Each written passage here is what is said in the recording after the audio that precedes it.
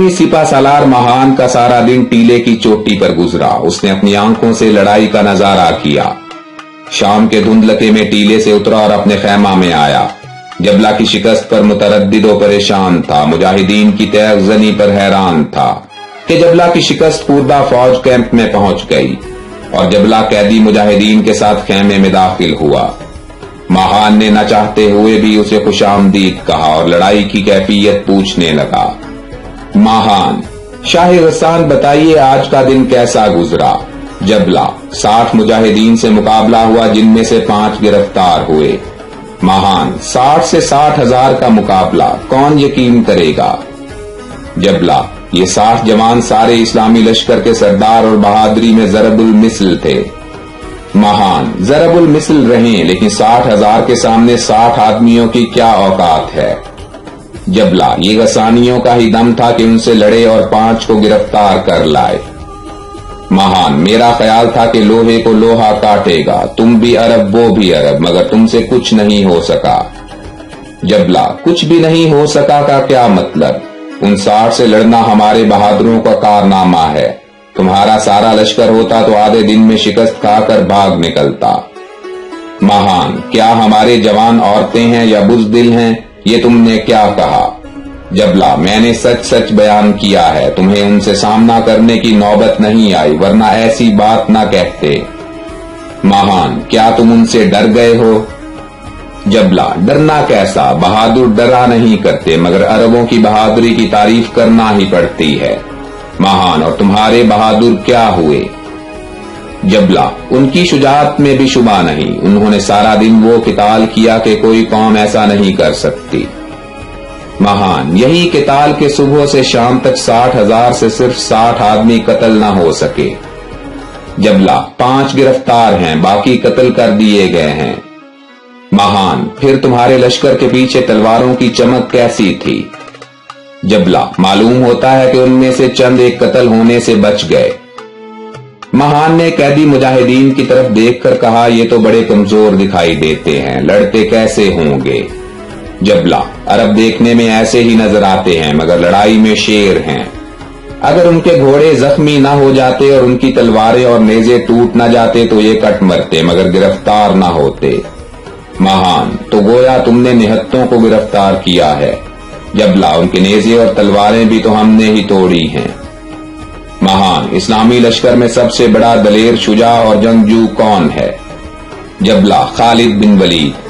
اگر وہ مارا جائے تو اسلامی لشکر ایک دن بھی ٹھہر نہیں سکے گا، وہ اکیلا ہی ایک لشکر کے برابر ہے۔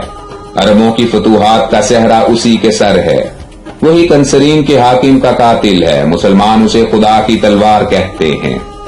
مہان: اسے کس طرح قتل کیا جائے؟ جبلہ: فریب اور دھوکہ سے اس کا قتل ممکن ہے، میدان جنگ میں اس کا قتل ناممکن ہے۔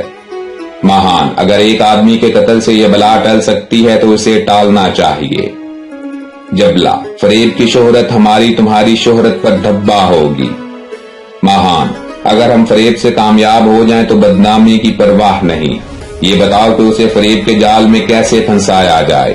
لالچ کو وہ نہیں مانے گا، عورتوں کی پرواہ نہیں کرے گا، آخر اسے پھنسانے کی ترکیب کیا ہوگی؟ جبلہ: اسے مسلمان قیدیوں کے متعلق گفتگو کے لیے بلایا جائے۔ مہان: وہ یہاں کیوں آنے لگا؟ جبلہ: اپنے بھائیوں کی رہائی کے لیے ضرور آئے گا۔ مہان نے اسی وقت ایک ایلچی اسلامی کیمپ میں بھیجا جس نے حضرت خالد رضی اللہ تعالی عنہ کو مہان کا پیغام دیا۔ خالد رضی اللہ عنہ نے خوشی سے منظور کر لیا اور حضرت ابو عبیدہ کی تجویز پر 100 مسلح جوان لے کر دشمن کے کیمپ کی طرف چل دیے۔ جب کیمپ میں داخل ہوئے تو جبلہ نے پوچھا، سپہ سالار نے صرف تم کو بلایا ہے، یہ ہمراہی کیوں آئے ہیں؟ حضرت خالد رضی اللہ عنہ نے کہا، ہم ہر کام میں ایک دوسرے سے مشورہ کرتے ہیں، میرے ہمراہی میرے مشیر ہیں۔ جبلہ نے مہان کو اطلاع دی کہ خالد آیا تو ہے مگر 100 مسلح جوان ساتھ لایا ہے۔ مہان نے کہا، اسے آنے دو، جب یہ لشکر اندر آ جائے گا تو نکل کر کہیں نہیں جا سکے گا، 5 پہلے ہی گرفتار ہیں، 101 یہ پکڑے جائیں گے تو صبح ان سب کو قتل کر دیا جائے گا۔ جبلہ نے حضرت خالد اور مجاہدین کو اندر آنے کی اجازت دے دی۔ وہ ماہان کے خیمے کے دروازے پر گھوڑوں سے اترے. دربانوں نے کہا ہتھیار ہمیں دے دو اور اندر چلے جاؤ. حضرت خالد رضی اللہ عنہ نے جواب دیا ہم کبھی بے ہتھیار نہیں ہوتے. ہتھیار ہمارا اوڑھنا اور بچھونا ہے. اگر تمہارے سردار کو خطرہ ہے تو خیمے سے باہر آ کر گفتگو کرے. ماہان نے کہا انہیں اندر آنے دو. حضرت خالد اپنے مجاہدین کو لے کر خیمے میں داخل ہوئے. ماہان بڑی شان سے زر نگاری کرسی پر بیٹھا تھا. چاروں طرف مسلح رومی ننگی تلواریں لیے کھڑے تھے. خیمہ کے اندر بھی تلواریں تھیں اور باہر بھی. موقع بڑا نازک اور دہشت خیز تھا، مگر مجاہدین اس سے ذرا بھی متاثر نہ ہوئے. ماہان نے مجاہدین کے لیے کرسیاں بچھا دی اور گفتگو کا سلسلہ شروع کیا. ماہان: کیا اسلامی لشکر کے سردار آپ ہیں؟ حضرت خالد: سپہ سالار تو ابو عبیدہ رضی اللہ عنہ ہیں، مجھے صرف فوج کے ایک دستے کی سرداری حاصل ہے. ماہان: آپ ایک دانش مند افسر معلوم ہوتے ہیں، میں نے اسی لیے آپ کو بلایا تھا، مگر آپ کے ہمراہی کیوں ساتھ آئے؟ حضرت خالد: ہمیں خدا اور نبی کریم صلی اللہ علیہ وسلم کا حکم ہے کہ ہر کام میں مشورہ کر لیا کرو. ہم مشورہ کے بغیر کوئی کام نہیں کرتے. یہ مجاہد اس گفتگو میں میرے مشیر ہوں گے. ماہان: سردار کے ہوتے ہوئے مشیروں کی کیا ضرورت؟ تمام سپاہیوں کو مشورے میں کون رکھتا ہے؟ حضرت خالد: ہم میں نہ کوئی عام ہے نہ خاص، سب کے سب اللہ کے سپاہی ہیں اور برابر کا درجہ رکھتے ہیں. آپ مطلب کی بات کریں. یہ بے باکانہ گفتگو سن کر ماہان سخت غضبناک ہوا. اس کے سپاہیوں نے تلواروں پر ہاتھ رکھ لیے اور انتظار کرنے لگے.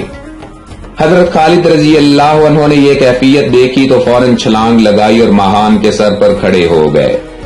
للکار کر کہا اگر کوئی رومی 1 انچ بھی آگے بڑھا تو ماہان کا سر قلم کر دوں گا. مجاہدین بھی شمشیر بکف ہو گئے. ماہان کو حاکم کنسرین کا واقعہ یاد آ گیا. وہ گھبرا گیا. موت آنکھوں کے سامنے آ گئی. بولا تمہاری گفتگو سے مجھے غصہ آ گیا تھا، ورنہ میرا ارادہ تمہیں ایذا پہنچانے کا نہیں تھا. اب تلواریں نیام میں کر لو اور بیٹھ کر بات کرو. حضرت خالد رضی اللہ عنہ نے کہا یہ تلوار اس وقت نیام میں ہوگی جب قیدی بھائی آزاد ہو جائیں گے اور ہم تمہارے کیمپ سے نکل جائیں گے. ماہان نے مجبور ہو کر قیدیوں کو آزاد کرنے کا حکم دیا. 5 مجاہد اپنے بھائیوں کے ساتھ آ ملے اور رومی کیمپ سے سلامتی کے ساتھ نکل آئے. مشہور اسلامی جنگوں پر سیریز کی مزید ویڈیوز دیکھنے کے لیے ہمارے چینل ہسٹورک انفو کو سبسکرائب کر لیں اور ہر لمحہ باخبر رہنے کے لیے گھنٹی کے نشان کو دبا دیں. بشرطِ زندگی جلد ہی دوبارہ ملاقات ہوگی. اپنا بھرپور خیال رکھیے گا. اللہ حافظ.